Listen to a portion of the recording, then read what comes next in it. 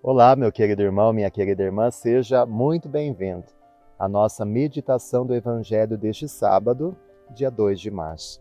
Hoje a Igreja nos propõe o Evangelho de Lucas, capítulo 15, versículos do 1 ao 3 e do 11 ao 32.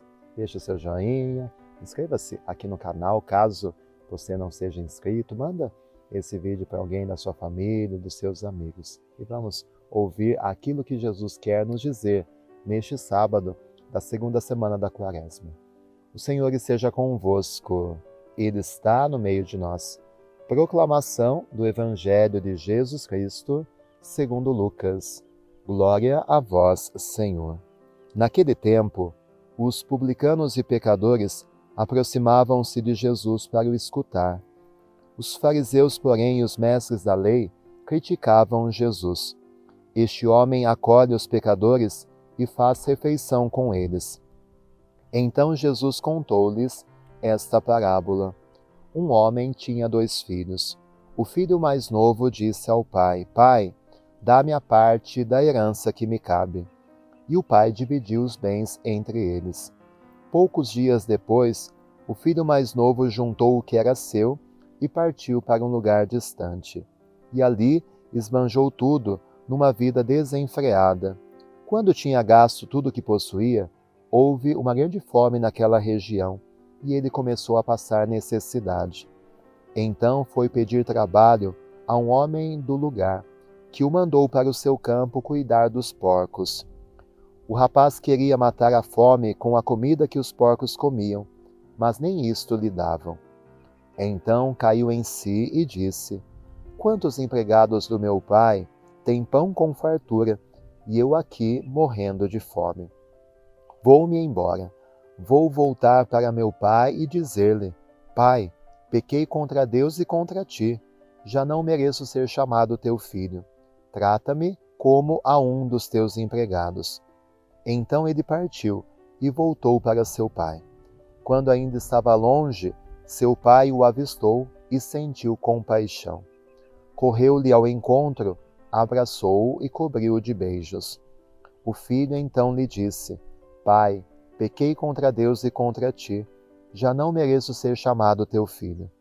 Mas o pai disse aos empregados: Trazei depressa a melhor túnica para vestir meu filho, e colocai um anel no seu dedo e sandálias nos pés.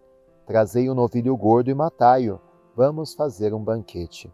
Porque este meu filho estava morto e tornou a viver. Estava perdido e foi encontrado. E começaram a festa. O filho mais velho estava no campo. Ao voltar, já perto de casa, ouviu música e barulho de dança. Então chamou um dos criados e perguntou o que estava acontecendo. O criado respondeu: É teu irmão que voltou. Teu pai matou o novilho gordo porque o recuperou com saúde. Mas ele ficou com raiva e não queria entrar. O pai, saindo, insistia com ele. Ele, porém, respondeu ao pai: Eu trabalho para ti há tantos anos, jamais desobedeci qualquer ordem tua, e tu nunca me deste um cabrito para eu festejar com meus amigos. Quando chegou esse teu filho, que esbanjou teus bens com prostitutas, matas para ele o novilho cevado. Então o pai lhe disse: Filho, tu estás sempre comigo, e tudo o que é meu é teu. Mas era preciso festejar e alegrar-nos, porque este teu irmão estava morto e tornou a viver, estava perdido e foi encontrado. Palavra da salvação, glória a vós, Senhor.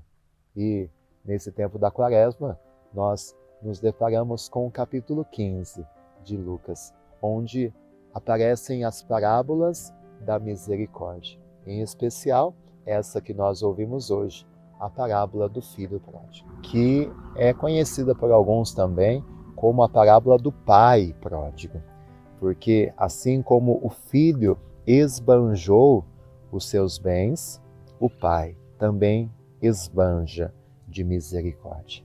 E essa é a figura central nesse evangelho, a misericórdia desse pai, que nunca desiste de cada um dos seus filhos.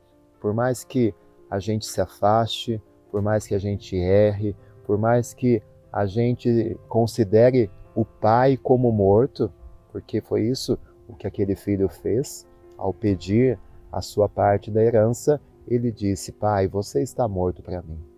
Então, podemos imaginar a dor no coração daquele pai. Mas Deus, mesmo tão machucado com os nossos esquecimentos, com as nossas injúrias, com tantas ofensas que recebe, nunca desiste de nenhum dos seus filhos. E esse pai está sempre de braços abertos para nos acolher e nos perdoar.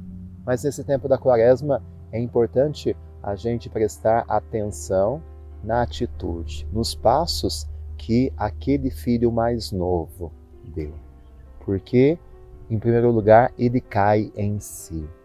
E o primeiro passo para que a conversão aconteça em nós é, de fato, tomar consciência.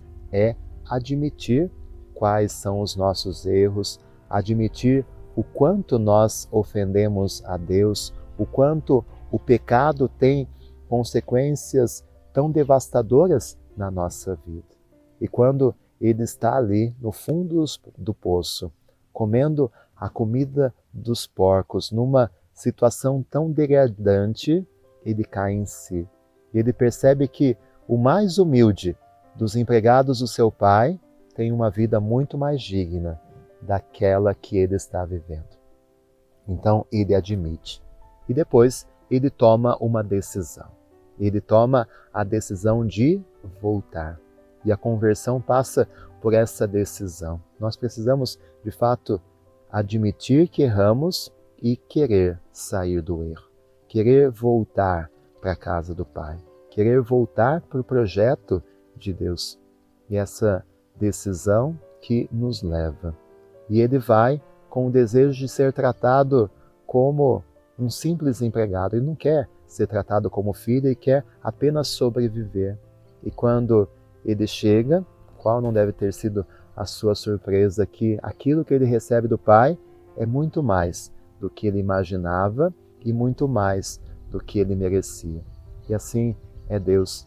Nos oferece muito mais do que o que nós merecemos, mas aquilo que nós precisamos.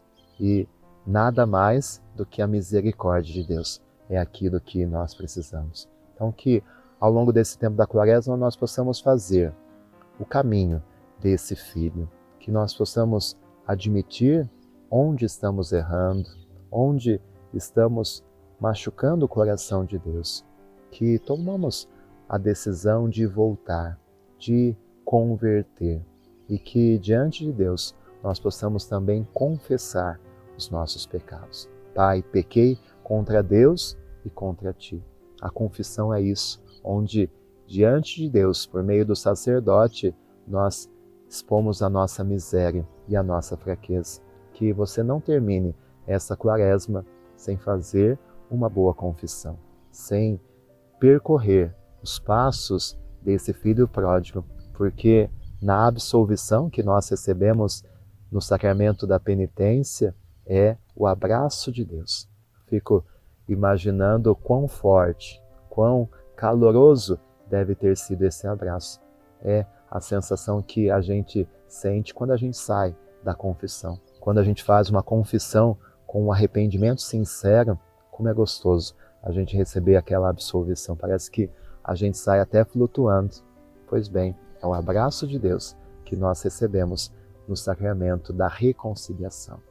O Senhor esteja convosco, Ele está no meio de nós. Que desça sobre você a bênção de Deus, Pai, Filho, Espírito Santo. Amém. Tenha um abençoado final de semana e fique com Deus.